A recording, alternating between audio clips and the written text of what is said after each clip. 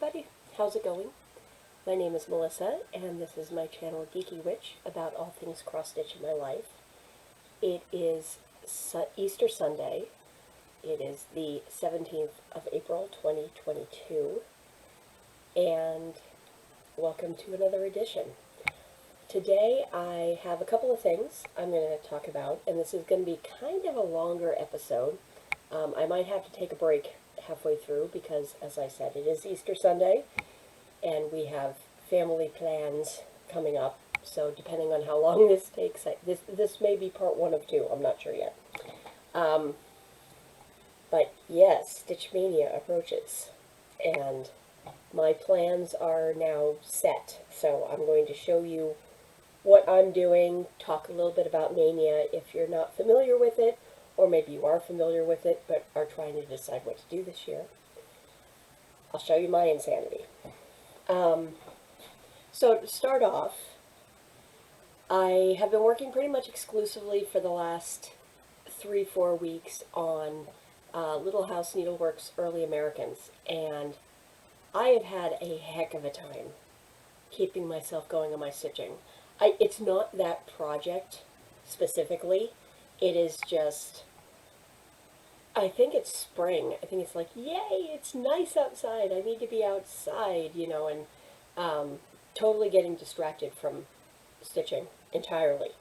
So, and this happens to me as it gets nice outside. I want to be out of the house, I want to go take a walk, I want to go enjoy the flowers, I don't care if my allergies start kicking up, you know, all that kind of stuff.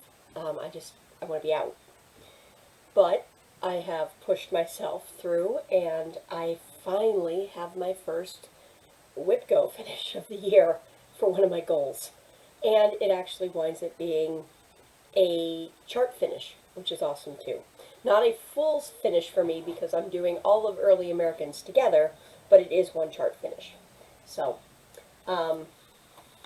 starting off WIP Go, if you're not familiar with what WIP Go is, it is a challenge that has been done by Jessie. I will link her below. And basically, you create a bingo board. So here's mine, and you number it 1 to 25, and you throw in your own goals. You make your goals. So it could just be finishing, it could just be a certain number of stitches, a certain number of hours, stitch a motif, you know, whatever you want to throw in there. Anything goes. It's your board. And then every month, around the 27th of the month, Jessie pulls 2 numbers, or 3 numbers if she winds up pulling the 13, and those are the 2 numbers for that month. And so you can either play it where you have the entire year to finish your goals, and, you know, however you want to play it, or you could do it all within the month. Mine this year, as you can see, things are highlighted, but only one thing is actually filled in. So I'm playing the year this year. I hadn't intended to, but right now it's the year. I can't finish my goals in the month because we're already in April. But yeah, maybe I made my goals a little too tough for myself this year. I don't know. I didn't think I did, but maybe I did. So this is what WIP Go is. Basically just playing bingo over the course of the year, just to challenge yourself. You know, and if you get all your goals done for the year off of this board, hey, you've made progress on stuff. Free prize to you. So in that regard, this was for February, was my Early Americans goal, which was to finish the Molly picture square. And I literally just did it last night. It's kind of one of the reasons I've taken a while to do a video, because I actually wanted to have this done when I showed you guys. So this is Molly picture. Let me flip this down. That is what Molly picture looks like. Now I am doing this on 40 count granite dust linen from Silkweaver. The threads are the charted threads, so Classic Colorworks threads. And the entire piece to date, I'm doing all 9 parts on one square. Am I getting it all in frame? Yes, I am. It's kind of hard when I can't see through see through my fabric. But so you get a general idea. This will be the entire piece. I'm not sure which, I probably, you know what, I think I'm going to do the corners first. So I'm either going to do number 3 or number 7 down here next. But that's going to be, probably pick this up later this year once I get some of these other WIP Go goals and some of my other stuff that I really want to do this year done. Because I'm in no hurry to do this. It's just a fun kick around piece. But I'm telling you, that house, this house took me forever. And I have a mistake miscount that I just adjusted to put it as a firm thing. As in, yeah, I meant to do that, really, honestly. These two windows are one set too small. They should have started a little higher. They should look identical to this, but up a bit. That is not an error if you notice that those windows start a little higher on that top row. That is how it's charted. I'm assuming it's supposed to be because it's a house that has like a front section and then a back section, but it just didn't quite translate in cross stitch to depth. But yeah, so I made it a very colonial style where they worked with what they had, and houses sometimes came out a little crooked and wonky. And so Molly Pitcher's house is a little crooked and wonky because none of my pieces really ever are error-free. They all have something in them, and if it's something I did by mistake that I can work with, I'm going to work with it. I'm not picking things out unless I have to. And that falls under that rule. So, yay! I have a finish this year. Hooray, hooray, hooray. A finish within an ongoing project. So that is all the stitching I have to show you. Because it's been that kind of a month. But I'm happy about it. And, you know, it's great to have something done for this year. So, now we get to Stitch Mania. For those of you who are a little newer to cross stitch, as in the last year and a half, probably, are the folks who haven't heard of this, or just people who haven't been involved in the online communities. Until last year, there was a group called Stitch Maynia, and Mania being M-A-Y-N-I-A, as in the month, May. And they originated out of a challenge to have a crazy May. You know, a whole ton of new starts, and this group evolved into people interpreting Mania however they wanted to. It took on a life of its own. And so the group last year, the people who started the group had finally burned out on moderating, which I totally get. This group was huge. This group was like close to 20,000 people at the end. It had kind of skewed away from stitching, unfortunately. A lot of work to have to moderate this thing. And, you know, they just were ready for a different time in their lives. Unlike what some people would do, they decide, you know what, we're not going to give it off to somebody else. It's had its time. It's had its lifespan. And we're just going to close and move on, which is totally respectable because some things just, they have a lifespan. They don't need to be rehashed by new people. You know, it's their baby. They don't necessarily want to give that baby off to somebody else. Let other people start their own new groups, which many people did, including myself and a couple of my friends where we started Stitch All the Things. That came out of Stitch Mania and out of the knowledge that it was going to be closing, and we just wanted a group to hang out and stitch. Mania itself has kind of developed a life of its own. It has branched far beyond what it used to be on just that group. And there's a couple of shops that have their own versions of Mania. There's a bunch of other people who have interpreted Mania however they want to, including myself.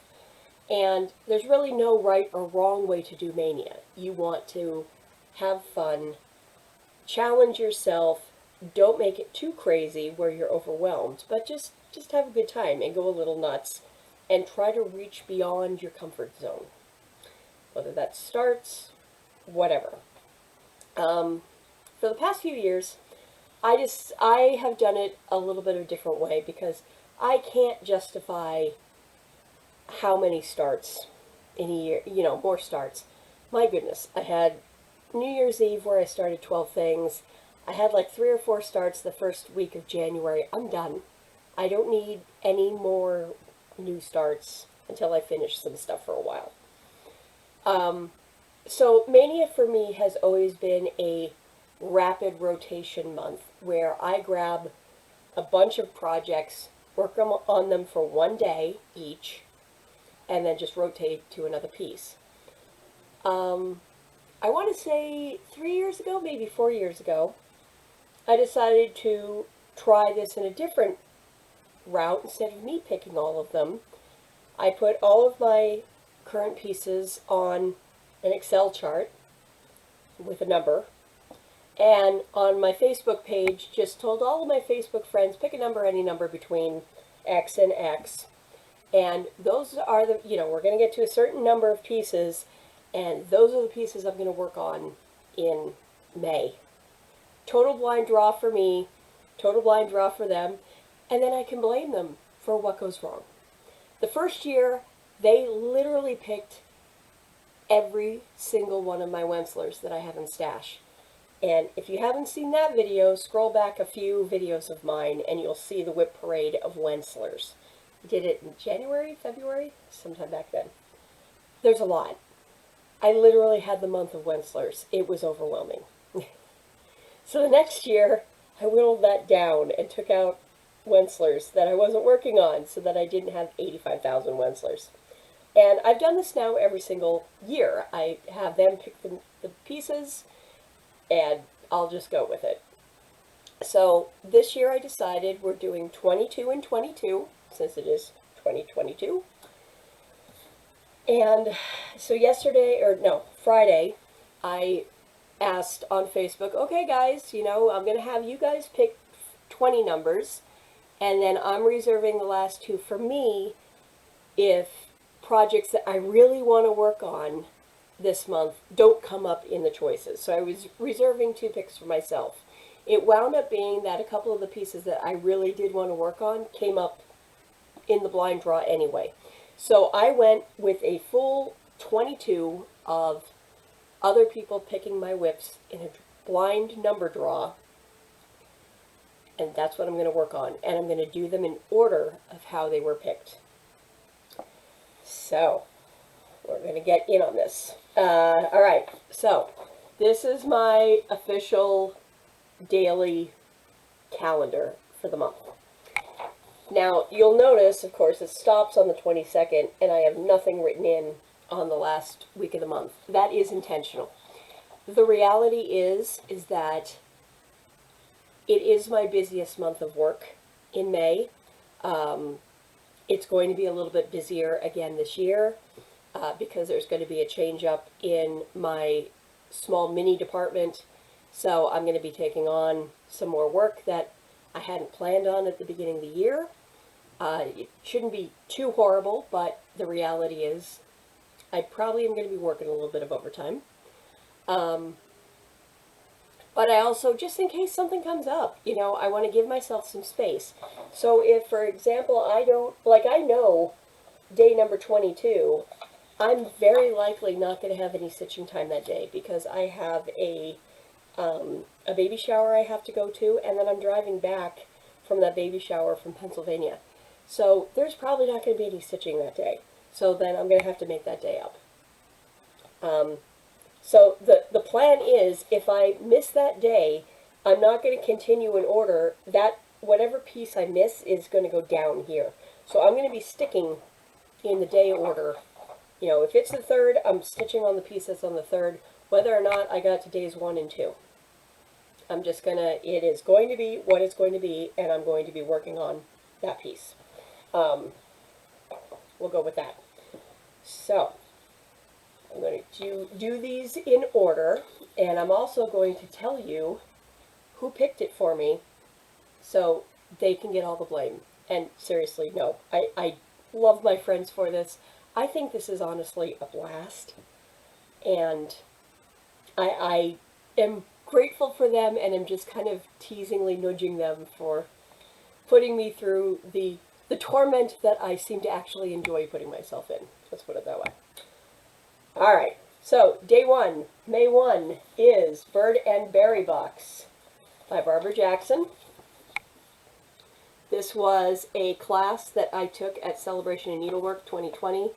Obviously, that was not in person, so this was an online class, and it is for everything you see here, and I have all of the pieces here, including the box.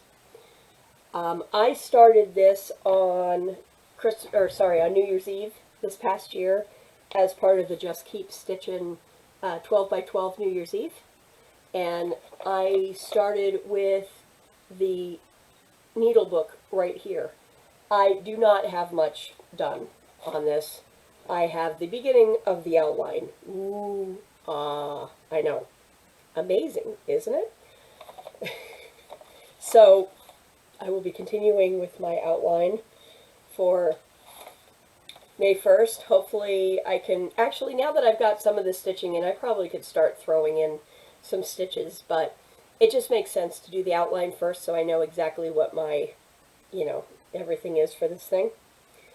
This is on 36 count ivory linen. It's kitted with silks.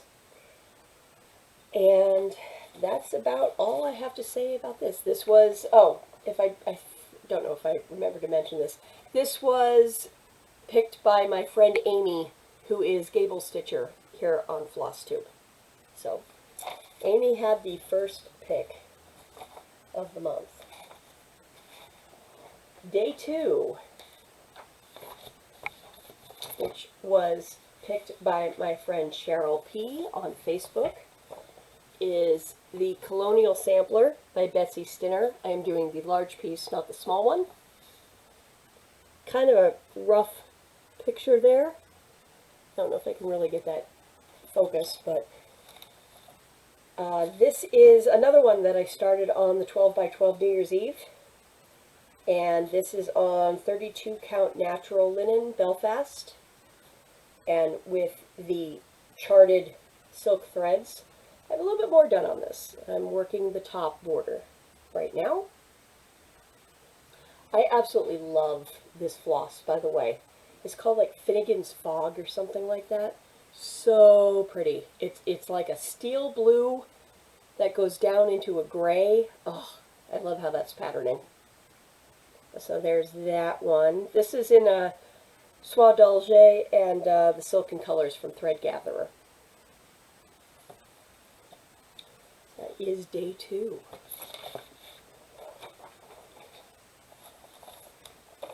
Like I said, if you're someone who's doing Stitch Mania and you need some ideas of how to organize yourself, feel free to steal this idea or come up with one yourself, obviously. It really isn't anything goes. Just challenge yourself a little bit. Doing a night of stitching on one of these projects and just whatever I can get done is awesome. So I'm not going to complain about any of it. Alright, day number 3. Picked by my friend Peggy on Facebook and in person, because I know Peggy just like I know Amy in real life, is Cote Bayonne, or Bayonne Cat, from Owl Forest Embroidery. Another one of those pieces that's just absolutely adorable, and I need to do more work on this year than I've had time to. So that is the piece. I started this was my New Year's Day start this year.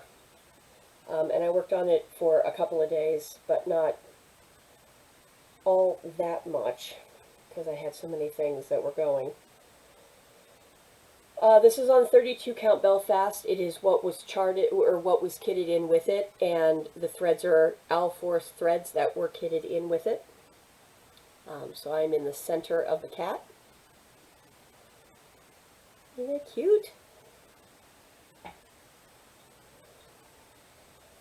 So, thank you, Peggy, because this was one of the ones I really wanted to work on this month. Alright, let me put that over there.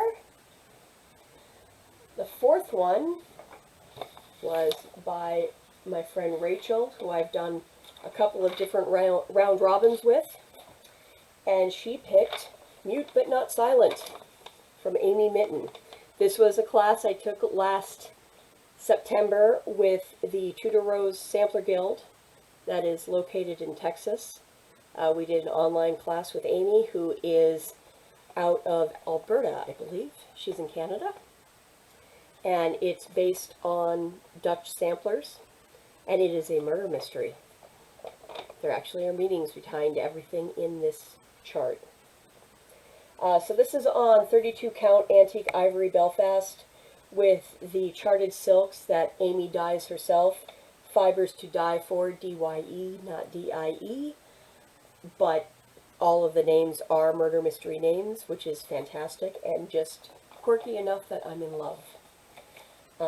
This is also one of my January WIP Go goals, was to finish part 1, which I gave myself way too big of a challenge. So part 1 is probably going to take me a good chunk of the year. But here is where I am on this. So my plan for May 4th, may the 4th be with me, will be to continue on these H's and do some of the elaborate scroll outlining that is done there. But I have a good start on this, but I've got a lot more to go.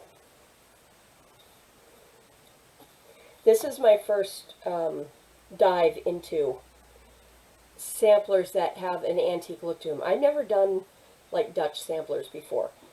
They're very elaborate. Very, very elaborate. So that will be a good one to work on. And that was another one that I actually really wanted to get some work on because it needs so much work towards the WIP Go goal. So thank you, Rachel. You picked one of the other ones I was hoping would come up. All right, day 5 is Jade Band Sampler. Now this is a mystery sampler, so I do not have a finished picture for you, but these are by Stitch Designs. She has done a number of them. I've talked about them before on other episodes of my FlossTube. But she themes them to a color, and then they are long band samplers of decorative bands and alphabets, and they go and go and go. They have between like 26 and 30 parts. Some of them have some extra bands where perhaps she couldn't figure out where to stick them in, or just wanted to give some extras so you could play with them. The current band sampler, what happens with that is that every Friday you get the next section that usually is somewhere between like 20 and 40 stitches in height, you know, a couple of bands or whatnot to add on to what you have from the week before. And the 2 that I've been participating in have been 30 weeks each. So they wrap up somewhere August to early September. So this is Jade, which was last year's, on 28 count banding. And I am doing this in a mix of different greens.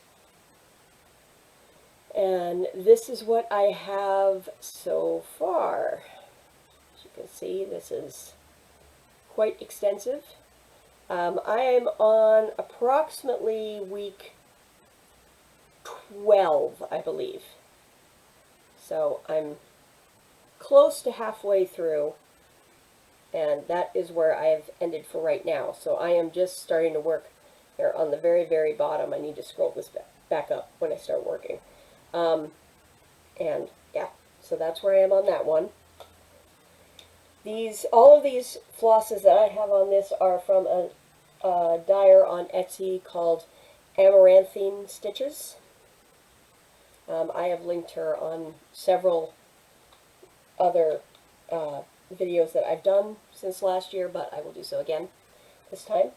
And my WIP Go goal on this one is to do 4 weeks of the band sampler. Not in a rush, but that I would like to finish that sooner rather than later, especially now that I have 2 of them going. Can I safely put you down? I think I can. Hopefully I can put other stuff on top of you. Alright, so that one was picked by my friend Maggie, who's in my group for stitching, and also by my sorority sister Jen E., who's out in Michigan. So thank you, girls. All right. My next piece was picked by Sue, who I met through the Stitchers Retreats, Stitchers Hideaway, up in, well, it was in Mystic when I first met her. And I also see her at Celebration of Needlework, but primarily through Stitcher Hideaway. And also one of my online friends, Kyla. And this is my Animal Crossing mystery. Now, this was a silly little free stitch along that I jumped into at the beginning of the pandemic because I, like so many other people, were killing time playing Animal Crossing on my Nintendo Switch just to keep sane and to feel like I was getting out and socializing with people. We literally were socializing on our Switches because we were all isolated. So, oh, I have a cat. You may see a cat in the window behind me. So, it felt like the appropriate thing for me to do as a memento for the pandemic because it did take up so much of my time. I don't have a great picture of the final piece, but this gets you a general idea of what it looks like. It is the mock-up of an Animal Crossing island with some of the different characters that you come across in the game. I started this at the beginning of 2021, and this is on 32 count Glacier from Picture This Plus, stitching it in DMC. I am kind of working it in a modified version of parking, so there's a whole ton of threads going on here. But, oh, wait, that's crooked. Sorry, that goes this way. So this is what I have on it so far. There is a lot of stuff going on that beach and in the green. There's several colors in that green. So it's going a little slowly. But I am doing this in DMC, and just a kickback, lazy way to spend some time. I kind of burnt out on this a little bit last year, which is why it stalled. But that definitely does not mean I don't want to finish it. It's going to be on a slower rotation for a while, and that's okay. But thank you, Sue and Kyla. Greatly appreciated. This one over here. Okay, we are up to day 6. Sorry, no, day 7. And this one was chosen by one of my friends that I've known for nearly 30 years now, through our love of the X-Files, Verlaine. And this is the Jazz Sampler from Victoria Sampler. This is going to be my first attempt going into Hardanger on the bottom. I have not done Hardanger before. I started this as part of the New Year's Eve 12 by 12 this past year. It is done on 28 count even weave in an ecru color. I don't have the specific color it is. It was just a cut that I got randomly somewhere. The threads for it are part of an accessory pack that Taya at Victoria Sampler packaged up. So it's a mix of different silks and some metallics and a couple of beads and whatnot. So that's the chart. And I have a decent amount actually done on this. For a start, I'm working that top row. I was a little worried when I started that white wasn't going to show up, but thankfully this fabric is just dark enough that once I get those details in, you're going to be able to see that white house pretty well. So that's where that one is, and obviously my goals on that one are just to push it forward, try to finish as much of that top band as I can, which is in straight cross stitch, so it's easy stitching. So, thank you, Chicky.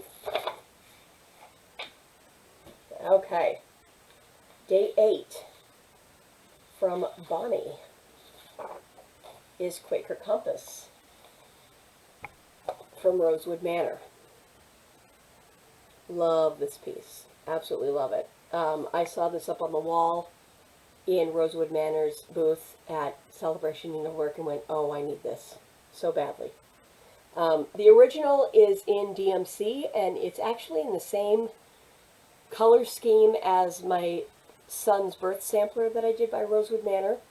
So when I started this, I didn't want to do them in the same colors and have two Rosewoods in the same color scheme going at the same time. So I decided to just throw all caution to the wind, and I am doing mine in an overdye by Threadworks. I started this back in July 2012, so right when I was finding out that I was pregnant with Max. So this has been going for a while. This is a legacy piece. And was totally on hold. I think I had a miscount or something, and I just didn't want to deal with it, so it went into timeout for a while. This is on 36 count sterling from Picture This Plus. And like I said, this is in Threadworks. It's a soft green to a light greenish gray to, then goes into a dark purple. Really, really, really pretty pattern and colorway. I was a little concerned about the amount of floss I picked up for this. It feels like it's eating floss, or I might have lost a skein of my Threadworks. And Threadworks does tend to not go from dye lot to dye lot exactly. So the way I am planning this is I am going to do all of the outside motifs first, so that I can ensure that they're all in that same colorway. And then if I need to, going into the center, I will start pulling DMCs, the solids that match, if I absolutely need to. And start, especially with some of the really small motifs, like, like the letters and some of these teeny tiny things. There's no reason I need to do those in overdyes, so I can just pick individual DMC colors for those. Just noticed I had it upside down. Yeah. Okay. Anyway, so that's that one. Another pretty piece that I was kind of sort of hoping would come up. So thank you, Bonnie. Really appreciate it. All right. Day 9 is my New Year's start from last year, which is From Sea to Shining Sea, from Little House Needleworks. And this was selected by one of my fellow bloggers from many, many years past, Mary, who I have met one time at my maid of honor's wedding out in California. Thank you, Mary. She and I both have a fountain pen love, so our talk has been much more towards fountain pens lately. With early Americans going, I don't want to have too many pieces by one designer going, but there are so many cute pieces by Little House Needleworks. Ugh, just kills me. Anyway, so this is where I am on this one. I let my son pick my fabric for this one. So, yes, the fabric is Max's pick.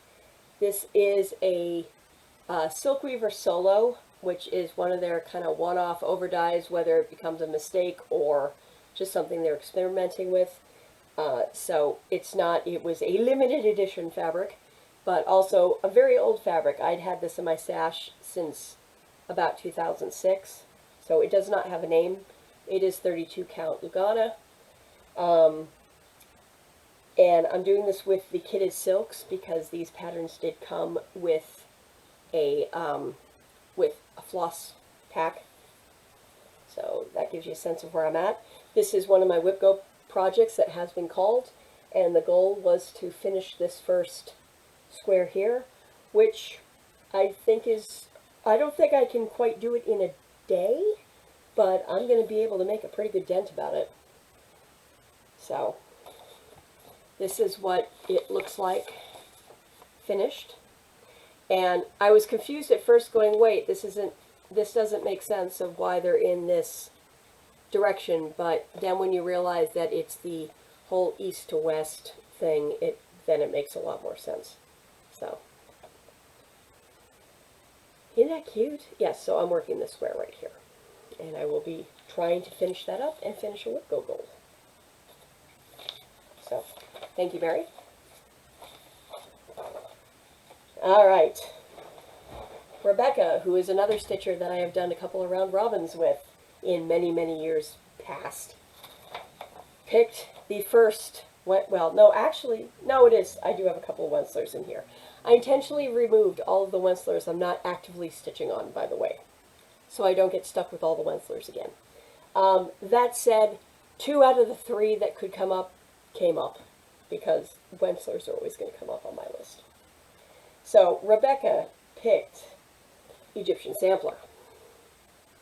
I started this one way back in 2005 when I started a glut of Teresa Wentzler patterns. I have since put all of my Wentzlers into one bag, and I will pull one out as I finish one. I allow myself to have a couple going at a time just because I've got so many of them, but I will not allow that many out at a time. They are being contained and they are in the barn. So yeah. So here is Egyptian Sampler, which is the next big one up for finish, because it is probably my second oldest one right now. And last year I did a ton of work on this, actually. I did a lot of work on the border. So here is where I am at. This one gets a little hard to work on because there is a whole ton of yellow, and you get really, really sick of yellow after a while. But I managed to do an entire year on a Wentzler last year without doing a single quarter stitch. How about that for a feat? So here I am on this.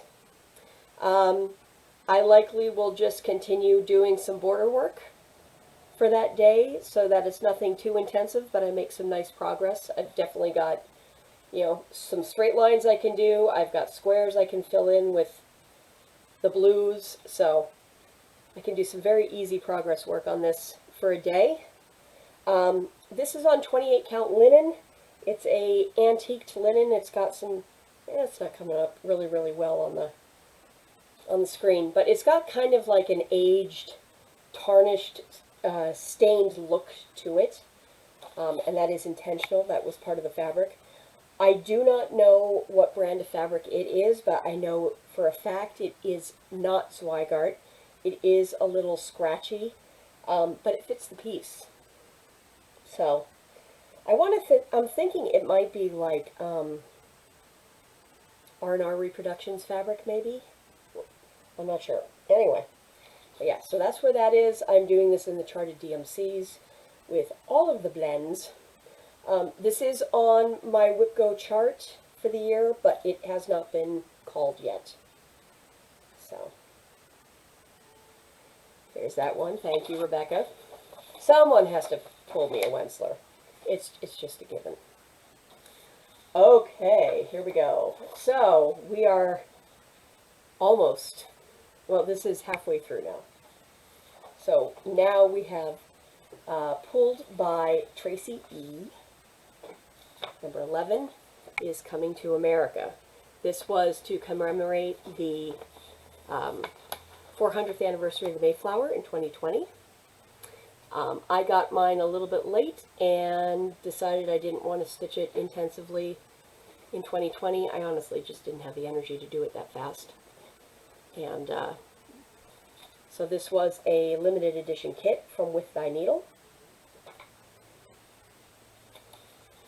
I am doing it on 36 count linen. It's on Ren, but it is on the back side of Ren because I did not pay attention to the overdye. So I am on the plain side, but you know what, that's okay. And this is what I have done to date. The only downside of being on the back side of Ren is I may have to add a little bit of a back stitch around the birds that are in the sky. It's a little light, but we'll see. This has already been called for WIP Go this year, and my goal was to finish the boat. So while I won't finish it in one day, I will be working on the boat. Like I said, though, this is 36 count Ren linen. and with the charted and included colors. So, really pretty piece. I've seen a few of these done. Really, really pretty piece. So, thank you, Tracy. Okay. So, we're halfway through. A lot of different projects so far, huh? Yeah. There's a lot more in the second half. I'm going to pause there for now because it's time to go to dinner for Easter with family. And I'm going to do part 2 in another video later today. So, have a good rest of your day, and I will see you tonight. Bye all.